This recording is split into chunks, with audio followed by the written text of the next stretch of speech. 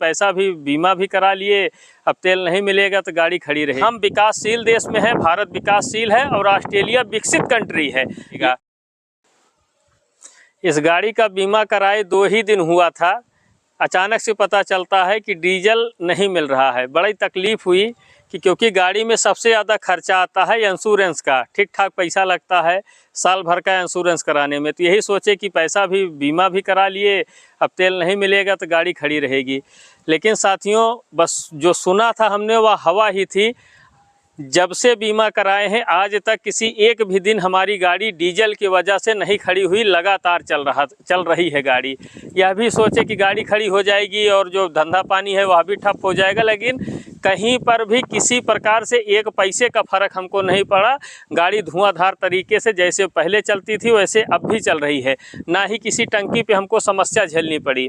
अभी हम परसों न्यूज़ में देख रहे थे कि ऑस्ट्रेलिया, जो कि एक वेल डेवलप कंट्री है, हम विकासशील देश में है, भारत विकासशील है और ऑस्ट्रेलिया विकसित कंट्री है, लेकिन वहाँ की गवर्नमेंट ने जितने भी उनके परिवहन थे, ट्रेन और उसके बाद बस और एक फेरी करके कोई भी है, मतलब जितने सरकारी परिवहन थे सबको उसने फ्री कर दिया है कि पब्लिक जो है हमारे सरकारी वाहनों से सफ़र करे, जिसका एक पैसा किराया नहीं लगेगा। क्योंकि तेल की आपूर्ति, ईंधन की आपूर्ति के कारण ईंधन नहीं मिल पा रहा है, महंगा मिल रहा है। इसलिए वहाँ की सरकार ने यह निवेदन किया है कि आप लोग अपना प्राइवेट वाहन न चला के आप सरकारी वाहन का प्रयोग कीजिए, जो कि बिल्कुल फ्री रहेगा, आपका एक चार्ज नहीं लगेगा। उससे क्या होगा, ईंधन की बचत होगी। जो प्राइवेट वाहनों पे लोग ईंधन खर्च करते हैं उसकी बचत होगी, सरकारी वाहनों से चलेंगे तो ईंधन की बचत होगी।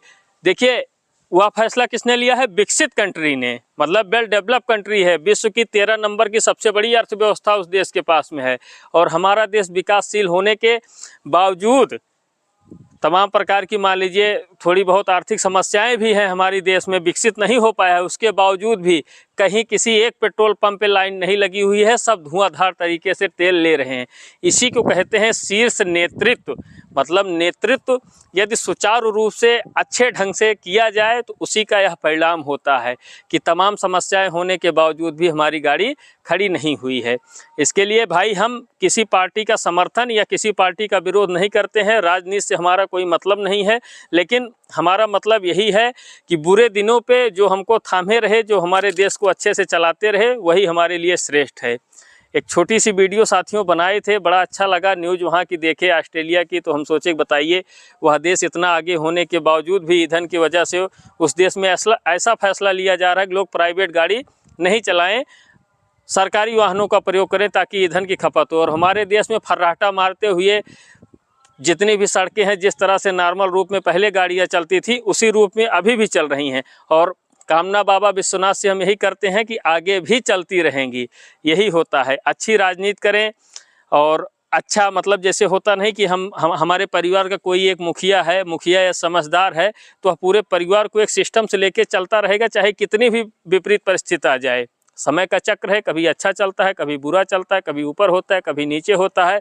तो जो इन चारों चक्रों को भली भांति समझ के सुचारू रूप से गाड़ी चला ले जाए, वही शीर्ष नेता है, वही परिवार का मुखिया है, वही देश का मुखिया श्रेष्ठ है।